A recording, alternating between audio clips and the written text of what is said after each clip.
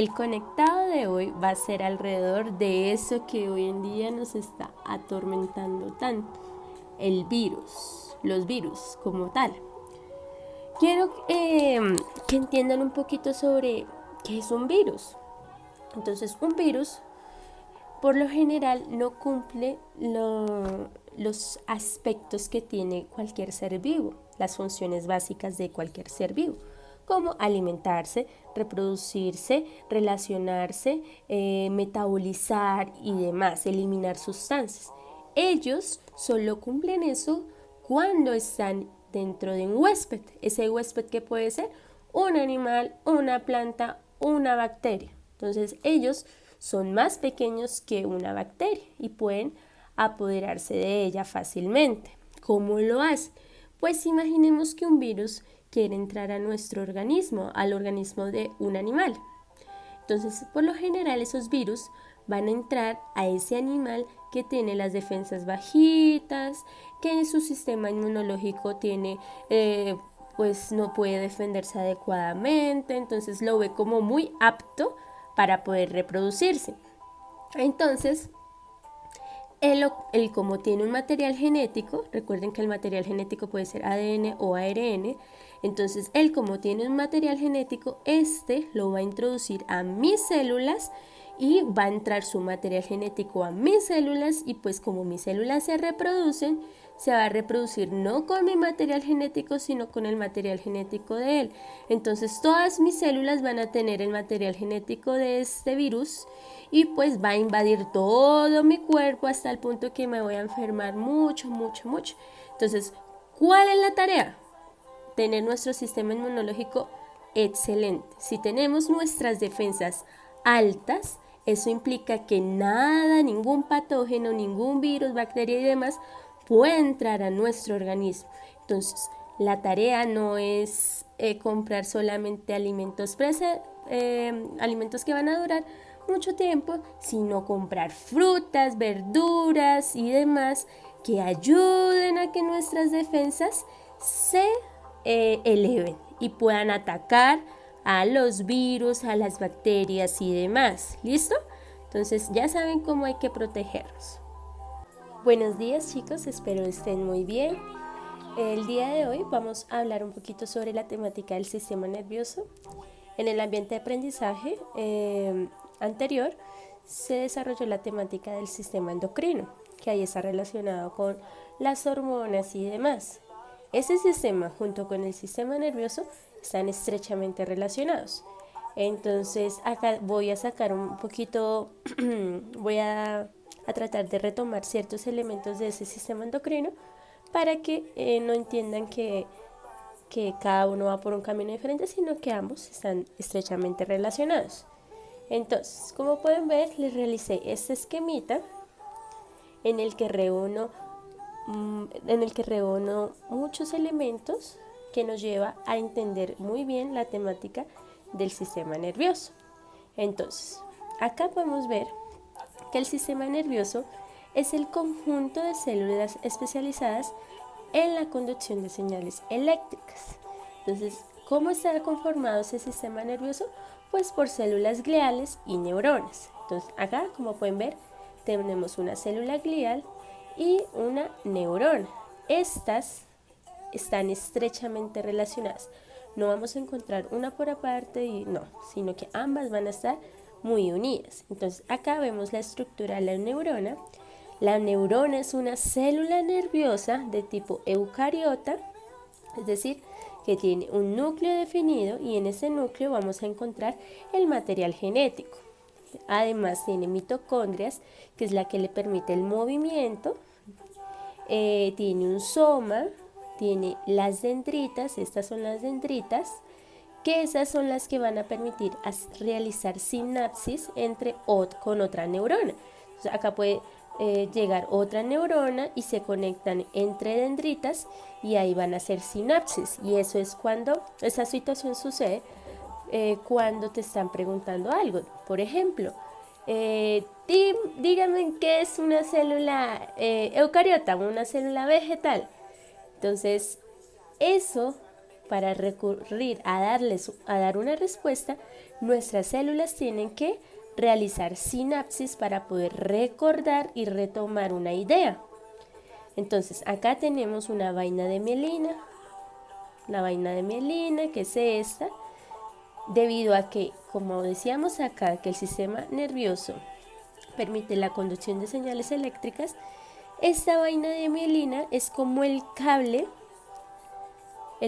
cablecito que recubre el metal de los cablecitos del televisor, por ejemplo. El enchufe, ahí está el enchufe, está el cable del televisor. Entonces ese cablecito negro que conectamos ahí al enchufe, ese cable negrito es un tipo de aislante para evitar que nosotros nos pase corriente. Esto mismo sucede con la vaina de mielina. Entonces por acá está pasando la señal eléctrica y pues esta vaina de mielina evita que haya un cortocircuito. Entonces, ahora vamos a ver que las neuronas tienen la función de coordinar la acción de los seres vivos del reino animal por medio de señales químicas y eléctricas. Es decir, primero va a entrar una señal química y esa se va a transformar en una señal eléctrica. ¿Listo? Entonces, estas señales químicas, por lo general, son las que denominamos hormonas. Entonces, recordarán la hormona de la oxitocina, que es cuando sentimos felicidad, cuando estamos enamorados, pero también está la adrenalina, que por lo general surge cuando tenemos miedo y demás. Las neuronas tienen una clasificación muy particular, desde la clasificación morfológica, es decir, según su forma, podemos tener que hay neuronas unipolar, bipolar, multipolar y pseudonipolar. Esta es una multipolar. Entonces, de acuerdo a la cantidad de dendritas, así mismo se va a clasificar en alguna de estas. Ahora, entonces, volvamos a esta parte. El sistema nervioso, entonces, es el encargado como tal de captar estímulos del entorno, es decir, estímulos externos o señales del organismo, estímulos internos, y procesa la información y genera respuestas diferentes según la situación. Entonces, un ejemplo, estamos en la calle, normal, estamos caminando ahí con nuestros papás y de repente vemos que en la esquina hay una persona muy sospechosa. Entonces, primero, ¿qué sucede? Pues nuestros ojos son los encargados de detectar, de percibir que allá en esa esquina hay una persona. Entonces esa señal se envía, atraviesa nuestra retina y demás, pasa al nervio óptico y llega al cerebro. Y el cerebro va a mandar una señal que va a pasar por tu médula espinal, que está ahí por tu cuello y baja por tu espalda. Y por ahí va a mandar una respuesta que va a ir ¿a dónde? A tus músculos, es decir, que manda una respuesta motora en la que te va a decir o corre en sentido contrario al ladrón, o si he llegado a ser el caso de que sea un ladrón, o el hecho de que puedas seguir tu camino normalmente. Entonces el estímulo externo sería que el observar a esa persona sospechosa y el estímulo interno sería lo que podría estar sucediendo en nuestro organismo. Entonces, eso es más o menos por este estilo que nuestro sistema nervioso comienza a percibir todo lo que hay en nuestro entorno. También pueden ser los cambios de temperatura, puede ser la humedad, en fin. Todos esos estímulos externos lo percibe nuestro sistema nervioso, pero también los estímulos internos. Cuando nos duele el estómago, cuando nos duele la cabeza, todos esos son estímulos internos que son percibidos gracias a nuestro sistema nervioso. Entonces, esa fue la situación práctica que ahorita les comenté. Ahora, la clasificación. El sistema nervioso tiene una clasificación amplia, muy importante y demás. Entonces, tenemos que la clasificación va a ser en 1, 2 y 3. O sea, se va a clasificar en 3 partes. Entonces tenemos la clasificación del sistema nervioso que podemos encontrar la central, la periférica, que entonces el central vamos a encontrar el encéfalo. El encéfalo está protegido por el cráneo y encontramos la médula espinal que también está protegida por la columna vertebral. Entonces, el encéfalo, ya ahorita les explicaré cómo ha sido el proceso de la evolución y junto con la médula espinal. Pero entonces el sistema nervioso central, que a veces se reduce así, sistema nervioso central, SNC. Entonces, el sistema nervioso central se caracteriza porque está protegido por estructuras óseas.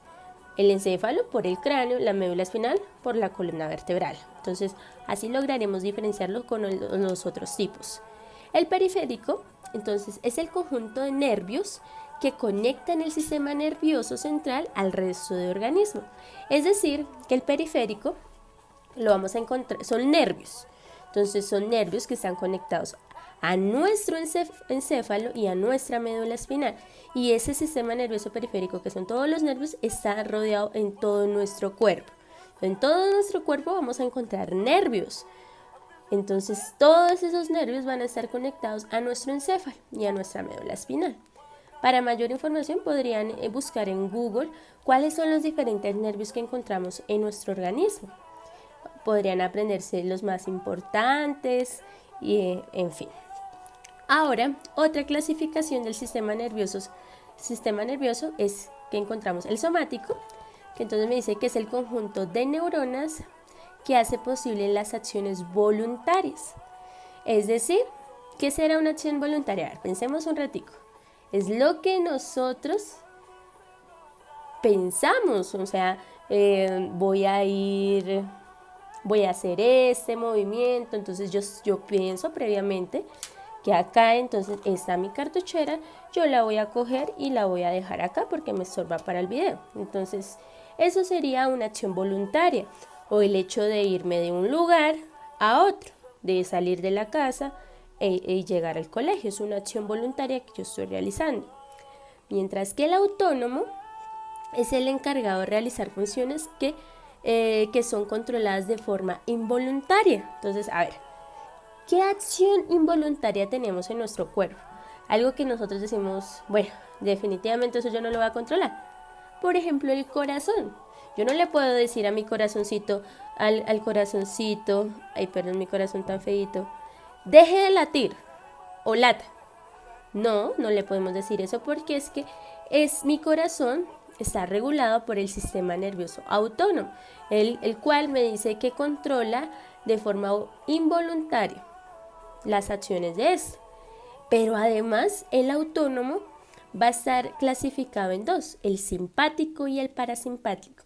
Mientras uno regula una cosa, mientras uno aumenta, el otro disminuye. Por ejemplo, mientras uno me va a dilatar la vejiga, el otro la va a contraer.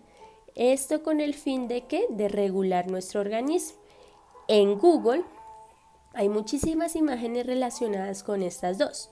Yo ahorita les voy a colocar una imagen, a continuación les mostraré una imagen, el cual me habla del sistema nervioso autónomo simpático y el parasimpático, para que encuentren las diferencias entre los dos. Ahora, vamos a hablar sobre la evolución. Entonces, el sistema nervioso más antiguo y que poco ha evolucionado es el de los cnidarios o celenterados. ¿Quiénes son? Pues las medusas, anémonas, corales. Ellos, en vez de tener un sistema nervioso con un encéfalo, con una médula espinal, lo que tiene es una red de nervios. Es decir, solo unos nervios que le permiten entender el entorno que los rodea. Pero eso no implica que ellos no sean exitosamente evolutivos, sino al contrario. Esa red de nervios les ha permitido sobrevivir durante millones y millones de años y que también posibilita que ellos comprendan y respondan a su ambiente. Entonces, más o menos, ellos tienen esa red de nervios y de neuronas surgieron en ellos hace más o menos 700 millones de años. Entonces son animales que hoy por hoy todavía siguen vivos, es decir, que esto les ha servido para poder ¿qué? Sobrevivir en su ambiente. Entonces, la presión selectiva pudo introducir la especialización del tejido epitelial para la traducción de la información. Es decir, imaginemos lo siguiente, que unos organismos X tenían solamente una red de nervios, una red de neuronas. Entonces, bueno, normal, seguían en su ambiente, reproduciéndose, alimentándose y demás. Pero una presión selectiva del ambiente, es decir, la escasez de alimento, la depredación masiva, en fin, muchos de ese tipo, condujo a que se especializara el tejido epitelial, es decir, lo que rodea los nervios y lo que rodea las neuronas. Entonces hizo que esas se especializaran y evolucionaran, se transformaran. ¿Cuál fue el objetivo? Pues sobrevivir. Entonces todos los seres vivos, su objetivo principal es que la reproducción, sobrevivir. Entonces para ello yo necesito ser capaz de sobrevivir y responder a mi entorno. Entonces si esa presión selectiva yo no respondía muy bien a eso, pues me iba a extinguir. Entonces ese no es el fin de los seres vivos. El fin de ellos es que lograrse adaptar y lograr sobrevivir. Ahora, para el caso de los seres humanos, entonces recuerden, en el proceso de la evolución hay dos fases, la hominización y la humanización. La hominización es el proceso evolutivo y transformación de nuestro cuerpo, mientras que la humanización consiste en aspectos sociales, culturales y demás. Entonces acá nos vamos a enfocar en esa parte de la hominización, pero en cuanto al sistema nervioso y pues de nuestro encéfalo como tal. Entonces, tenemos que el sistema nervioso logró evolucionar en los primates como nosotros gracias al proceso de la encefalización y la centralización. Entonces, cuando habla de encefalización, hacemos referencia a la concentración progresiva de estructuras nerviosas que se dan en la cabeza, es decir, neuronas. Y la centralización se da en la médula espinal. Entonces, con la posición erguida de nuestro cuerpo y pues la estructuración bien de la columna vertebral, se dio el desarrollo de la médula espinal. Entonces, estas dos cositas permitió la encefalización y centralización y por ende la evolución de nuestro sistema nervioso. Entonces, ahora les voy a mostrar como un pequeño recorrido sobre cómo fue el cambio de todos nuestros antecesores en cuanto al sistema nervioso. Entonces, uno de nuestros más antiguos antecesores son los australopithecus. Los australopithecus por lo general eran arborícolas, es decir, que se la pasaban en los árboles consumiendo frutas y demás. Eran más bien herbívoros, es decir, que carnívoros no eran. Entonces, les voy a dar un dato curioso. Nosotros, antes de ser carnívoros, fuimos carroñeros, es decir, a nosotros nos quedaba más fácil consumir los restos que dejaba otro animal que cazaba que invertir la energía en ir a cazar. Entonces yo veía que hay un animal salvaje, vino y se consumió un animalito, dejó ahí algunos restos, pues yo me aprovecho de ellos y así no invierto energía en ir a cazar. Entonces, eso ya fue con el tiempo.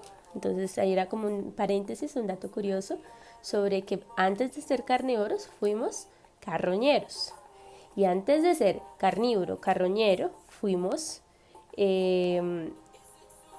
herbívoros. ¿Listo? El hecho de ser herbívoros, ese tipo de alimentación y también el tipo de ambiente, el comportamiento y demás hizo que nuestro cráneo fuera de un tamaño más pequeño. Entonces, por ende, si nuestro cráneo era muy pequeño, eso significaba que nuestra masa cerebral, es decir, nuestro encéfalo, era de un tamaño muy pequeño. Ahora el Homo erectus, perdón, sigue primero, después del Australopithecus sigue el Homo habilis. El Homo habilis como tal ya era un cazador, un pescador, lograba elaborar artefactos. Acá anteriormente el Australopithecus lo único que hacía era usar herramientas. Entonces veía una piedra, le daba un uso y demás. Pero ya el Homo habilis lograba elaborarlas como tal. Eso implica que pues un aumento en nuestro cráneo y además de que ya consumíamos proteína animal. Acá solamente consumíamos era planticas, vegetales y demás. Acá ya era proteína animal. ¿Eso qué implica? Entonces, pues hay unas teorías que dicen que el hecho de ser carnívoros implicó que nuestro cerebro aumentara de tamaño y por ende también nuestras habilidades. Después, el Homo neandertal se dice que él convivió con el Homo sapiens. Entonces, imagínense, dos especies de humanos, no digo que ya eran humanos, sino dos especies de primates que eran muy similares, convivieron en un mismo periodo de tiempo, pero que el Homo sapiens y el Homo neandertal tenían una cualidad y era que eran canibalistas. O sea, él era un canibalista. Entonces, es decir, que se comían entre ellos. El Homo sapiens, además de ser esto, era muy competitivo y muy violento y logró que él se extinguiera.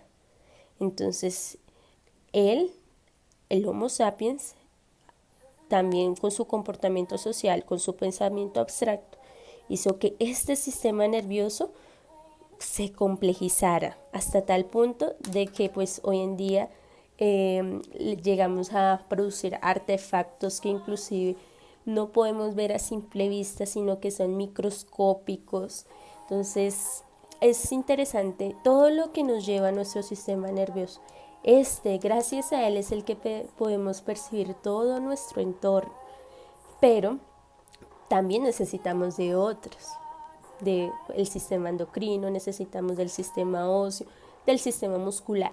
Es decir, no veamos todo por aparte, sino que todo es un gran sistema, que si sacamos algo, ya no va a poder funcionar todo nuestro cuerpo de la mejor forma. Entonces, esto es la temática del sistema nervioso. Acá les dejo así grandecito por si quieren copiar este mapita, para que tengan buenos elementos y demás. Muchas gracias.